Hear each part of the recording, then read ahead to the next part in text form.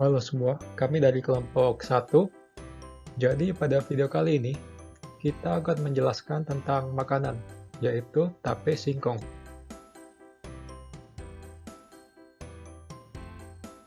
Kelompok 1 terdiri dari 2 orang, yaitu saya sendiri dan Akbar, dan Gladys Indira.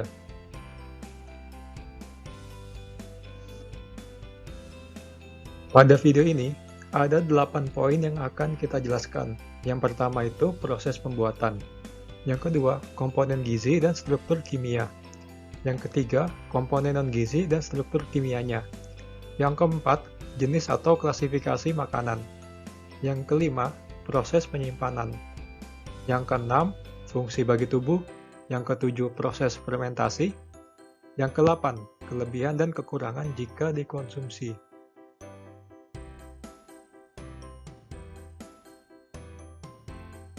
Yang pertama, proses pembuatan.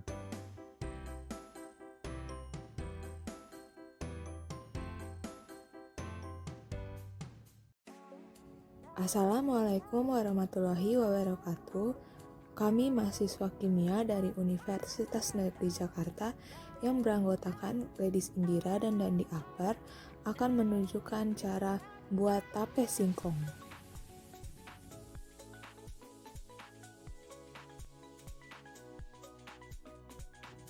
Bahan yang digunakan yang pertama adalah daun pisang, yang kedua adalah ragi tape, dan yang terakhir adalah singkong. Cara kerja yang pertama adalah kupas singkong dan keruk permukaan singkong. Tujuannya adalah agar saat dikukus nanti tidak berlendir. Kemudian singkong dipotong-potong sesuai selera.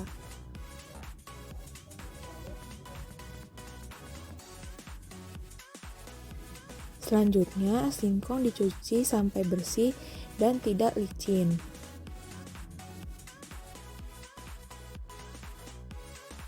Setelah bersih, kukus atau rebus singkong selama 25 menit hingga teksturnya menjadi lembek.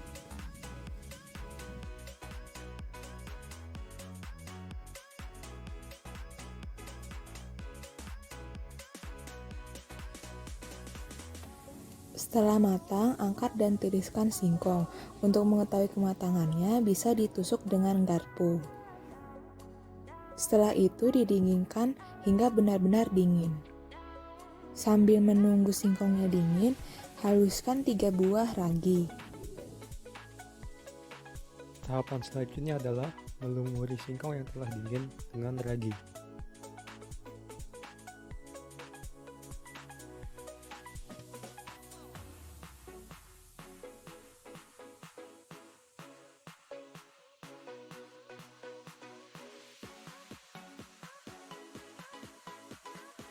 Tahapan selanjutnya, siapkan wadah yang sudah dialasi dengan daun pisang dan masukkan singkong ke dalam wadah dan tutup dengan rapat. Setelah itu, difermentasikan selama 3 hari. Yang terakhir, tapai siap dikonsumsi.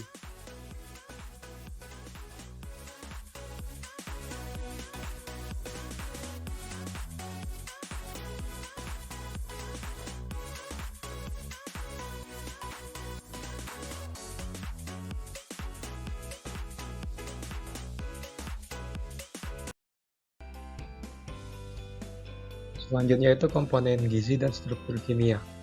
Jadi, komponen gizi itu merupakan zat yang diperlukan tubuh untuk melakukan fungsinya, yaitu menghasilkan energi, membangun dan memelihara jaringan, serta mengatur proses-proses pada tubuh manusia. Contohnya itu seperti karbohidrat, protein, lemak, vitamin, mineral, dan air.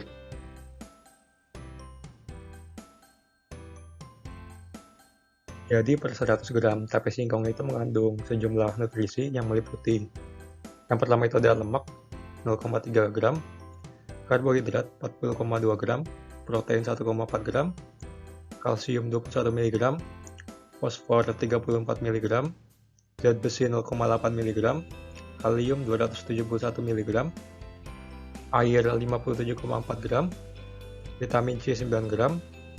Nah, jadi dari data tersebut kita bisa mengetahui kalau tape singkong itu yang berbahan dasar singkong itu merupakan makanan yang kaya akan karbohidrat.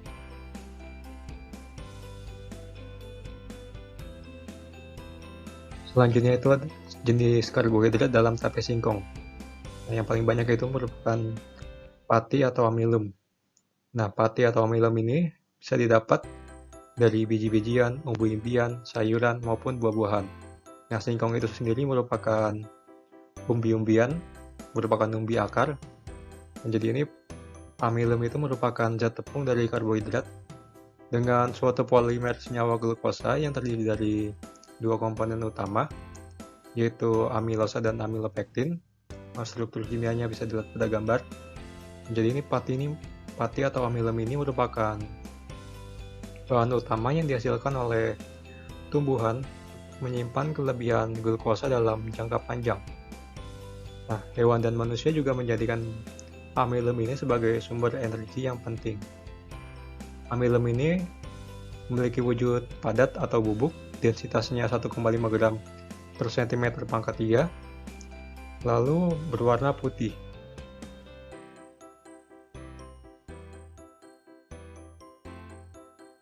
Selanjutnya, proses pencernaan karbohidrat. Nah, pada proses ini melibatkan beberapa jenis enzim. Jadi enzim pencernaan itu diproduksi secara alami oleh sistem pencernaan di dalam tubuh.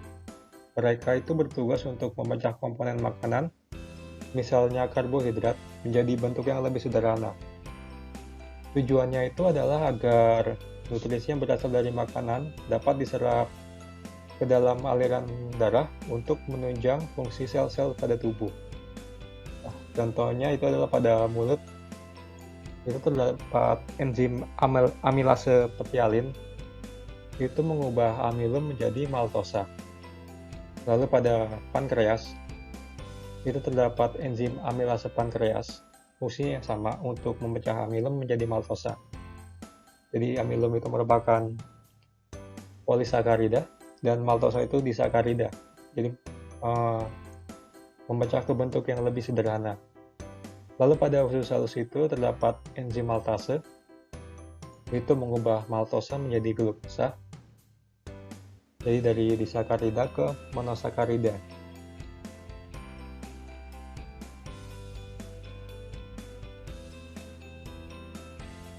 Nah, ini ada mekanisme reaksinya untuk enzim amilase yang mengubah amilum atau starch menjadi maltosa, jadi disakarida. Lalu ada enzim maltase yang mengubah maltosa menjadi glukosa. Jadi maltase itu merupakan disakarida dan diubah menjadi glukosa yang merupakan monosakarida.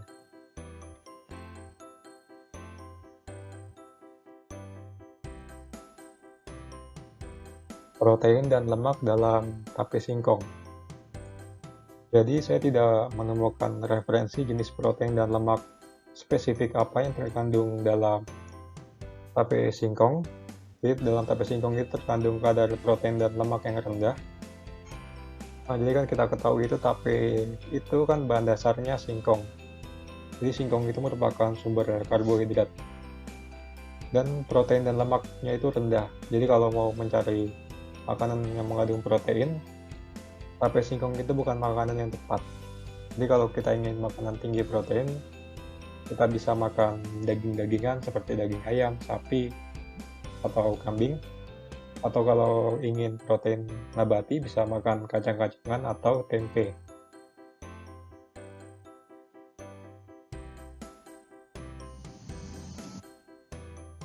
Lalu mineral dalam tape singkong. Jadi ada beberapa mineral yang terkandung, misalnya kalsium, itu untuk mendukung kerja sistem saraf, menjaga kesehatan tulang dan gigi. Lalu fosfor, itu mengoptimalkan metabolisme dan pembentukan sel. Dan besi untuk sebagai komponen utama dari pembentukan hemoglobin. Dan ada kalium yang bermanfaat untuk mengatur cairan tubuh, menghantar sinyal listrik pada saraf, dan mengatur kontraksi otot. Namun pada tape singkong ini mengandung kadar mineral yang cukup rendah.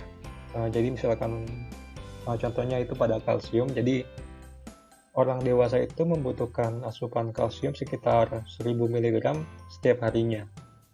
Namun pada tape singkong itu kandungan kalsiumnya itu sekitar 21 mg per 100 gramnya. Lalu lagi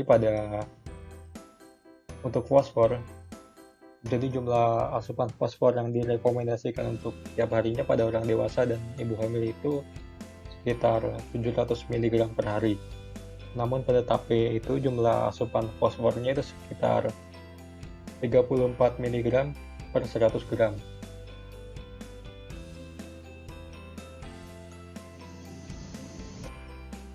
Selanjutnya kandungan air dalam tape singkong.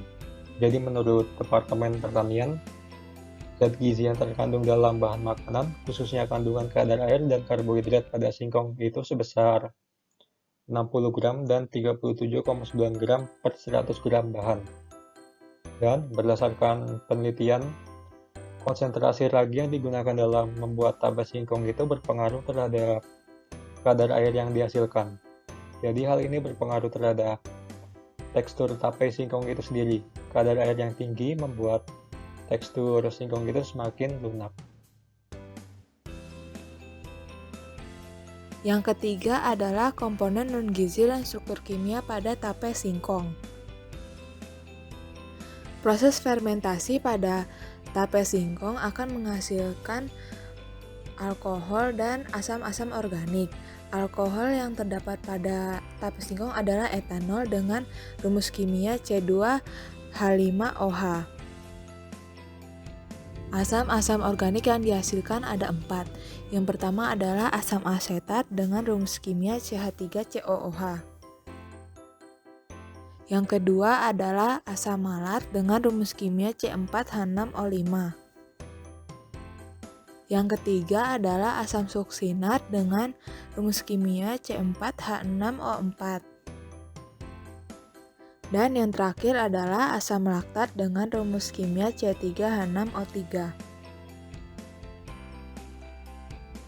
Selanjutnya yang keempat, yaitu jenis atau klasifikasi tape singkong. Jadi tape singkong itu merupakan makanan ringan dan diklasifikasikan sebagai makanan hasil fermentasi. Nah, fermentasi itu merupakan proses alami ketika mikroorganisme seperti ragi dan bakteri itu mengubah karbohidrat seperti pati dan gula menjadi alkohol atau asam. Alkohol atau asam berperan sebagai pengawet alami dan menghasilkan rasa yang berbeda pada makanan hasil fermentasi. Nah, proses fermentasi makanan biasanya itu mengembangkan bakteri baik yang disebut sebagai probiotik. Pada tape singkong itu, singkong yang diolah menjadi tape adalah singkong yang manis. Pembuatan tapai melibatkan umbi singkong sebagai substrat dan ragi tapai.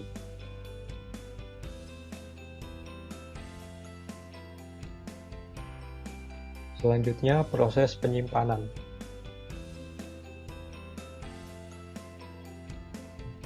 Jadi menyimpan tape singkong dalam sebuah wadah tertutup bisa menghindari adanya organisme patogen yang mengkontaminasi makanan. Lalu untuk membuat tape singkong ini lebih awet dan tidak mudah cepat busuk, kita bisa menyimpannya di dalam freezer. Karena suhu rendah tersebut diketahui dapat menghentikan proses fermentasi dari tape singkong. Dan tape itu matang dalam 24 jam dan tahan hingga 3-5 hari. Jadi jika kita membiarkan tape singkong disimpan terlalu lama, akan membuat makanan tersebut menjadi asam dan kadar alkoholnya itu meningkat. Hal ini karena semakin lamanya fermentasi. Jadi produksi asam semakin tinggi di dalam tape yang dihasilkan sehingga membuat tape semakin asam. Nah, peranan utama bakteri asam asetat seperti Acetobacter aceti dalam fermentasi bahan pangan adalah mengoksidasi alkohol dan karbohidrat lainnya menjadi asam asetat. Lalu kadar alkohol yang dihasilkan oleh tape itu akan bergantung dari lamanya penyimpanan tape. Jadi semakin lama disimpan, akan semakin besar kadar alkohol yang dihasilkan.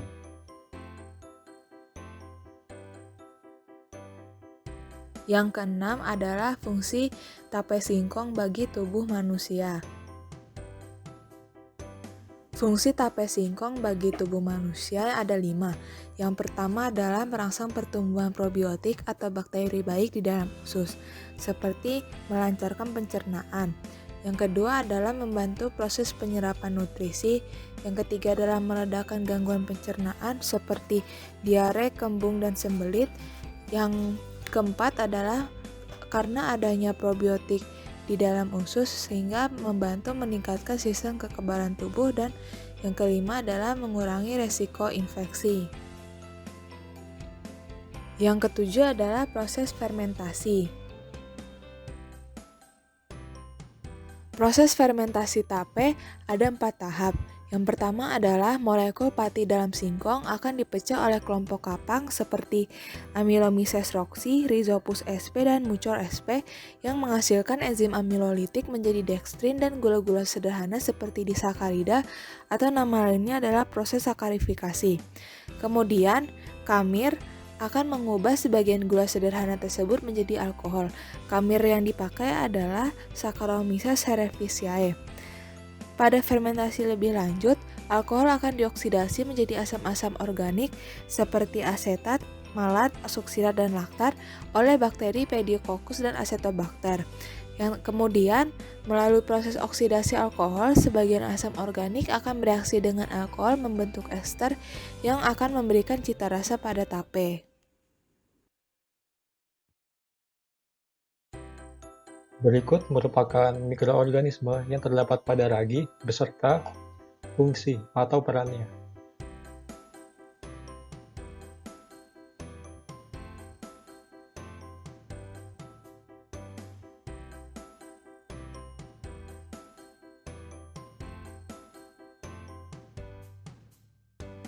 Nah, dampaknya itu kalau kita berlebihan mengkonsumsi tape singkong itu bisa membuat perut sakit dan kembung pada saluran pencernaan karena terlalu banyak bakteri probiotik dalam pencernaan. Jadi kondisi perut kembung itu terjadi karena adanya gas berlebih yang diproduksi setelah probiotik membunuh bakteri berbahaya di usus. Probiotik itu menyekresi peptida antimikroba yang membunuh patogen berbahaya seperti Salmonella dan E. coli. Lalu selanjutnya itu bisa membuat sensasi panas pada perut, bahkan mual dan pusing karena efek alkohol.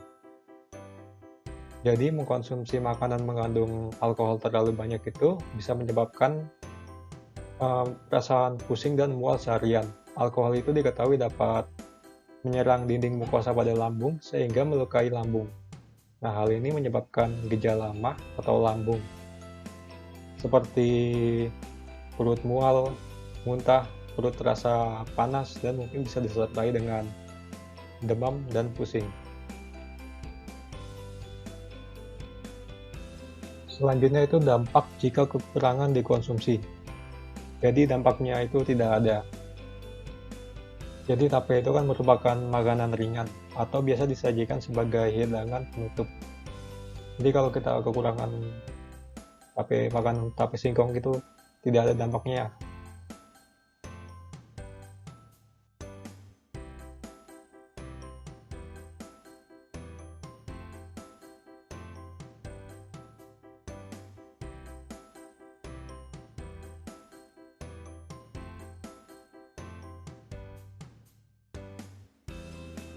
Sekian video dari kami, kurang lebihnya mohon maaf. Jika ada salah-salah informasi bisa diluruskan melalui kolom komentar. Dan semoga melalui video ini kita bisa mengetahui lebih dalam lagi mengenai tape singkong. Oke, sekian dan terima kasih.